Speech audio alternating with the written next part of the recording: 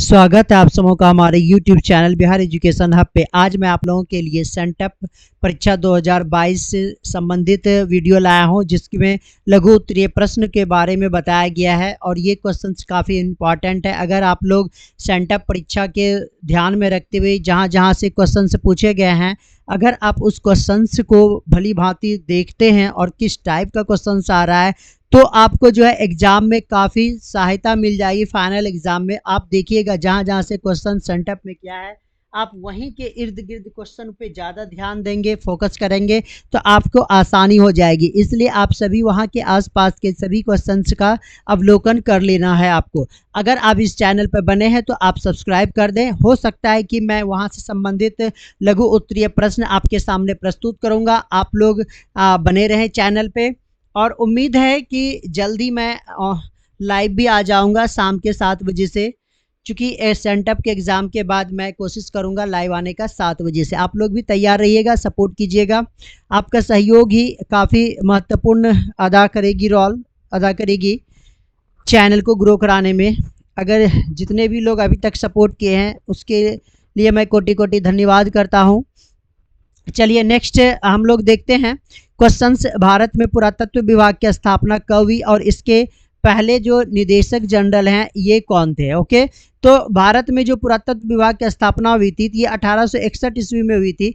इसके पहले director general थे कौन? कनिंघम महोदय थे। ओके, नेक्स्ट हम लोग चलते हैं दूसरा क्वेश्चन की ओर बढ़ते हैं। कहता है हड़प्पा सभ्यता, ये देखिए 2 नंबर क्वेश्चन है, आप लोग ध्यान दीजिएगा।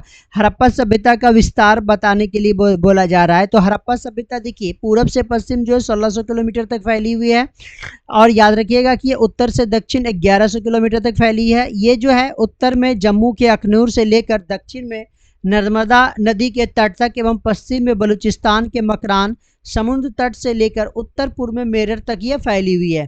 इसका जो अगर क्षेत्रफल के बारे में बताया जाए तो क्षेत्रफल इसका 12,99,600 वर्ग किलोमीटर है, और ये त्रिभुजाकार क्षेत्र में फैला हुआ है। तो ये जो हड़प्पा सभ्यता का विस्तार है ये कहता है कि काफ़ी इम्पॉर्टेंट रखता था हड़प्पा सभ्यता, क्योंकि सभ्यता जो भारत में जो पनपी थी यही हड़प्पा सभ्यता था, जहाँ पे शहरी निकाय से संबंधित जानकारियाँ हासिल हुई थी। नेक्स्ट हम लोग चलते हैं 3 नंबर की ओर। 3 नंबर आप लोग क्वेश्चन से देख सकते हैं क्या है। विशाल स्नानागार की 2 विशेषताएं पूछा गया है। तो विशाल स्नानागार है आपके पास, तो विशाल स्नानागार जो कि मोहनजोदड़ो से प्राप्त हुआ था, इनकी विशेषताएं क्या थी? तो इसका जो प्रयोग सबसे पहले विशेषता थी कि अनुष्ठान में किया जाता था, बड़ा बड़ा अनुष्ठान होता था, पर्व त्यौहार होता था, तो उसमें इसका ज़्यादा से ज़्यादा प्रयोग किया जाता था। और देखिए यहाँ पे जो स्नानागार होती थी, तो यहाँ पे देखिए 39 फीट होगा, 39 क्या था 3 और 9, 39 फुट लंबा, 23 फुट चौड़ा और 8 फुट गहरा था। तो इतनी जो गहराई थी, काफ़ी स्पेस थी। अब देखिए इस प्रकार से हम लोग देख सकते हैं कि इसके बाहर में एक कुआं यहाँ पे बना दिया जाता था, और इसी से पानी को इसमें डाला जाता था, यहीं से पानी इन कराया जाता था, और यहाँ पे जो छिद्र होती थी इससे पानी क्या हो जाता था, बाहर बहा दिया जाता था। तो इस प्रकार से क्या होता था कि स्वच्छ पानी इधर से आता था, फिर ये अगर नहाते के नाम में ये गंदा हो गया पानी तो इसे नीचे के निकाल दिया जाता था। नेक्स्ट हम लोग देखते हैं 3 नंबर हो गया। 4 नंबर की क्वेश्चन है, प्राचीन भारत के 2 महाकाव्य के नाम पूछा गया आपसे। तो ये तो 2 काव्य है, एक महाभारत है और एक रामायण है। नेक्स्ट चौथा क्वेश्चन से त्रिपिटक क्या है? देखिए त्रिपिटक, त्रि का मतलब ही 3 होता है, तो इसका शाब्दिक अर्थ यहाँ पे 3 टोकरी हो गया, टोकरी जिसमें से पुस्तक रखी जाती थी। बुद्ध की मृत्यु हो गई, गौतम बुद्ध की जब मृत्यु हो गई तो इनके जो शिष्य थे इन्होंने उनके शिक्षाओं का संकलन किया, मतलब उन्होंने जो जो शिक्षा दी थी सबको कलमबद्ध करके पुस्तकों में समाहित किया। उसी पुस्तक का नाम इन्होंने रखा। सबसे पहला पुस्तक देखिए यहाँ पे देखा गया सूत पिटक, विनय पिटक और अभिधम पिटक, जिसे बाद में क्या कहा गया, संयुक्त रूप से सबों को अगर एक जगह रख दिया जाए तो उसको त्रिपिटक का नाम दिया गया है। ओके, नेक्स्ट क्वेश्चन है 5 नंबर में, अभिलेख किसे कहते हैं? देखिए, इतिहास लिखने के लिए अभिलेख का होना बहुत ज़रूरी है। इसी के माध्यम से इतिहासकार क्या करते हैं, इतिहास लिखने का काम करते हैं। तो कहता है कि अभिलेख जो होता था वो पाषाण यानी कि पत्थरों पे लिखा जाता था, या फिर किसी भी प्रकार की धातु होती थी तो धातु पे लिखा जाता था, या फिर मिट्टी के बर्तनों आदि पे क्या किया जाता था, खुदाई करके उस पे लिखने का काम होता था। और ये राजा महाराजा काफ़ी शौक से करते हैं। आप लोग भी देखते होंगे आसपास के जो आपके विधायक होंगे, सांसद होंगे, वे अगर रोड वगैरह किसी चीज़ का शिलान्यास करते हैं तो वो पत्थरों पे ही लिखवाते हैं, क्योंकि पत्थर पे लिखी हुई जल्दी मिटती नहीं है, ना के बराबर। और वो अगर पृथ्वी के अंदर दब भी गई तो बाद में हम लोग उसका अवलोकन कर सकते हैं निकाल के, और जानकारियां हासिल कर सकते हैं। तो यहाँ पे भी राजा वही करते थे। अपने समय के जो भी राजा होते थे वो अपने उपलब्धि हो गया, अपने विचारों को, अपने कामों को, जितने सारे युद्ध किए, ये सभी की सभी क्या करते थे, ये आ, कलमबद्ध के जगह या ये अभिलेखों पे खुदवाने का काम करते थे। यही जो है अभी इतिहासकारों को प्राप्त होता है, और उसके माध्यम से वो लोग अपने लेखनी से लिखते हैं और हम लोगों के सामने प्रस्तुत करते हैं, मतलब जानकारी देते हैं कि ऐसा ऐसा हुआ था। नेक्स्ट क्वेश्चन है, हाँ, प्रश्न नंबर 6 में कि श्रीमद् भगवत गीता में कितने अध्याय हैं? तो देखिए, अध्यायों की संख्या 1948 है। एवं श्लोक अगर पूछा जाए तो यहाँ पे देखिए 1,00,000 इकाई दाई सत्रह हजार 10,000 लाख 1,02,17 जो है श्लोक इसमें समाहित किया गया था। नेक्स्ट क्वेश्चन की ओर बढ़ते हैं। 7 नंबर में कहता है वैदिक काल में आश्रम व्यवस्था से पूछा गया। आश्रम व्यवस्था काफ़ी इंपॉर्टेंट है वैदिक काल में, क्योंकि इसमें क्या महत्व था धर्म से संबंधित। इसके तहत मानवों को ये जो 4 है ना, ब्रह्मचर्य आश्रम, गृहस्थ आश्रम, वानप्रस्थ आश्रम, संन्यास आश्रम, ये सबों पे ये कमांड किया जाता है। जैसे ब्रह्मचर्य आश्रम के बाद पूछा गया तो यहाँ पे 25 वर्ष तक बच्चों को रहना पड़ता था, गुरुओं के पास रहना था, गुरुओं के द्वारा अनुशासन, कठोर अनुशासन में रह के वो शिक्षा ग्रहण करते थे। फिर 25 से लेके 50 तक जो क्या होती थी, ये चले आते थे गृहस्थ आश्रम में। गृहस्थ आश्रम में शादी विवाह करते थे, आराम से बच्चे उच्चे पैदा करते थे। बच्चे पैदा करने के बाद जो है और इसका फ़र्ज होता था अपने परिवार को चलाने के लिए, तो परिवार को चलाने के लिए ये धन को कमाने का काम करते थे। तो ये 50 वर्ष तक ऐसा किया करते थे। नेक्स्ट है वानप्रस्थ आश्रम। वानप्रस्थ आश्रम मतलब 50 से 75। अगर 50 वर्ष हो गई तो इसके बाद हम लोग 50 से अगर 75 कहाँ चले जाएंगे, वन में चले जाएंगे। वहीं पे आपको रहना पड़ेगा, यानी कि मोह माया वगैरह सब त्याग देना पड़ेगा। तो इस आयु में घर परिवार को छोड़कर आध्यात्मिक दर्शन की ओर हम लोग मूव कर जाते हैं। फिर संन्यास आश्रम की बात आती है तो जीवन के अंतिम क्षण यानी कि 75 से लेके 100 वर्ष, 75 से कितने 100 वर्ष तक के में हम लोग संन्यास आश्रम में चले जाते हैं। कितने इतने वर्ष में संन्यास आश्रम में चले जाते हैं, और वहीं पे आश्रम में रहकर हमको खाना पीना सब कुछ खाना पड़ता है, यानी कि सभी संबंधों को त्याग करके वो तप करने लगता है।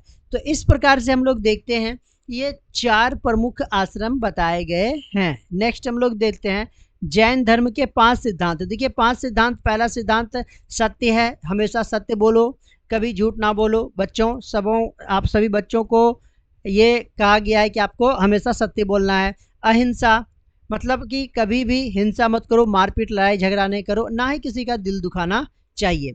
अस्तय मतलब कहा गया कि कभी आप चोरी ना करें, और किसी भी वस्तु को देख के ललचाना भी नहीं चाहिए। अगर ललचा रहे हैं तो इसका मतलब है कि हो सकता है आने वाले दिनों में आपका मन हो जाए चोरी करने का, तो ललचाना भी एक प्रकार का चोरी है, इसलिए लालच बुरी बला कहा गया है। नेक्स्ट है अपरिग्रह, संपत्ति का संग्रह मतलब पैसे उसे जमा करके ज़्यादा नहीं रखना चाहिए। काम भर के लिए आप काफ़ी रखिए, ज़्यादा से ज़्यादा जमा करने के चक्कर में काफ़ी कुछ दिक्कतों का सामना भी करना पड़ सकता है। नेक्स्ट है ब्रह्मचर्य, इंद्रियों को वश में रखिए। देखिए इंद्रियां जो हमारे पास है, आँख, कान, आँख वगैरह जो है, त्वचा वगैरह जो है, नाक वगैरह, जी सबको इंद्रियों को वश में करके रखा गया है। अगर आप इंद्रियों को वश में कर लेंगे तो आप जो है सफलता जरूर हासिल करेंगे। खास करके युवा लोगों का इंद्रियों को वश में नहीं रहता है, कुछ चीज़ देख के जो है उसमें लालच आ जाता है, जिसके कारण जो है वो अपने पथ से डगमगा जाते हैं। नेक्स्ट है देखिए बुद्ध द्वारा प्रतिपादित अष्टांगिक मार्ग कौन है? 9 नंबर का क्वेश्चन है, बुद्ध द्वारा प्रतिपादित अष्टांगिक मार्ग। देखिए इन्होंने जो 8 अष्टांगिक मार्ग दिए हैं, यहाँ नंबर देना मैं भूल गया। 1 नंबर है ये सम्यक दर्शन, और यहाँ 2 नंबर में है सम्यक वाणी, और 3 नंबर में है सम्यक संकल्प, यहाँ हो जाएगा आपका 4 नंबर। 4 नंबर में सम्यक कर्म, और 5 नंबर में हो जाएगा आपका सम्यक आजीव, और 6 नंबर में हो जाएगा सम्यक व्यायाम, और 7 नंबर में हो जाएगा सम्यक स्मृति, और 8 नंबर में हो जाएगा सम्यक समाधि।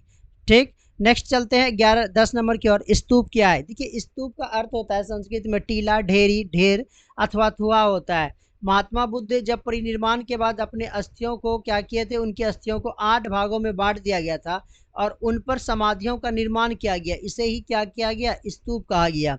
यानी कि जहाँ जहाँ उनकी अस्थियों को रखा गया वहाँ पे एक बना दिया गया मंदिर टाइप में, लोग वहाँ पे जाके उनके बारे में जानकारियाँ हासिल करते हैं। नेक्स्ट है उपनिवेशवाद क्या है? देखिए 11 नंबर हम लोग आ गए हैं। उपनिवेशवाद क्या है? तो कहता है कि कोई भी शक्तिशाली और समृद्ध राष्ट्र क्या करता है, छोटे से राष्ट्रों को जो कि निर्बल है, कमजोर है, लेकिन प्राकृतिक रूप से वो क्या है, धनवान है, तो ऐसे में वो संसाधनों का जो है शक्ति के बल पे उपभोग करता है, तो उसको क्या करते हैं, उपनिवेशवाद कहते हैं। जैसे हमारे देश में अंग्रेज आए थे, तो अंग्रेज शक्तिशाली थे, हम लोग कमजोर थे, लेकिन हमारे पास काफ़ी कुछ संसाधन, तो प्राकृतिक संसाधन जैसे मसाला हो गया, नील हो गया, है ना, कपास हो गया, तो ये सब जो सूती वस्त्र हो गया, काफ़ी कुछ हमारे देश में था, लेकिन सबों ने लूट के हमें कंगाल बना दिया, और अभी तक कंगाली का दंश दंश जो है पूरा भारत क्या कर रहा है, झेल रहा है, और पता नहीं कितने सालों तक झेलते रहेगा। चलिए, कोई भी कुछ भी हो, हम लोग को अभी 12th पास करना है, पढ़ लेते हैं, उसके बाद हम लोग भी थोड़ा सा सपोर्ट कर देंगे। ओके, नेक्स्ट है इब्न बतूता कौन थे? एक संक्षिप्त। इब्न बतूता जो थे अफ्रीका के प्रसिद्ध यात्री। इब्न बतूता का जन्म जो है 24 जनवरी 1304 ईस्वी में कहाँ हुआ था? मोरक्को में हुआ था। तेंजियर नगर में खानाबदोशी जाति में हुआ था। ओके, इसका जो पूरा नाम था अब्दुल्ला मोहम्मद इब्न बतूता था। कहता है इसमें इसका जो है, चूंकि खाना बदोश लोग क्या करते हैं, घूम घूम के अपना जीवन यापन करते हैं, तो इनके खून में भी वही गुण था, इसलिए इनको घमंड नहीं लगता था, तो यह क्या करते थे, एक देश से दूसरे देश घूमते रहते थे। इस प्रकार से हम लोग कह सकते हैं 73 वर्ष के जीवन काल में उन्होंने लगभग 77,640 मील की लंबी यात्रा तय की। इसके बारे में अधिक जानकारी के लिए आपको रहला नामक पुस्तक पढ़नी पड़ेगी। यहाँ पे रहला होगी, रहला नामक पुस्तक आपको पढ़नी पड़ेगी। नेक्स्ट है 13 नंबर में भक्ति आंदोलन। भक्ति आंदोलन क्या है? देखिए, भक्ति आंदोलन जो थी मध्यकालीन मध्य भारत में जो है ना, काफ़ी ये प्रचलित हुई थी। तो धार्मिक जो लोग होते हैं उनका जो विचार होता है, उन्होंने और तथा सुधारकों ने क्या किया था, सामाजिक दृष्टि से धार्मिक जीवन में सुधार लाने के उद्देश्य से भक्ति को ही साधक बनाया था और आंदोलन शुरू किया, जिसे मध्यकाल में भक्ति आंदोलन के नाम से जाना जाता है।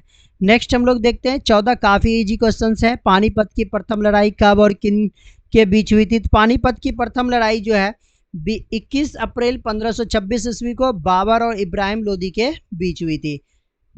नेक्स्ट क्वेश्चन है 15 और लास्ट है, आपको 15 ही बनाने हैं। स्वराज पार्टी की स्थापना कब हुई और किसने की? तो देखिए, स्वराज पार्टी की स्थापना 1 जनवरी 1923 को चित्तरंजन दास और मोतीलाल नेहरू ने की थी।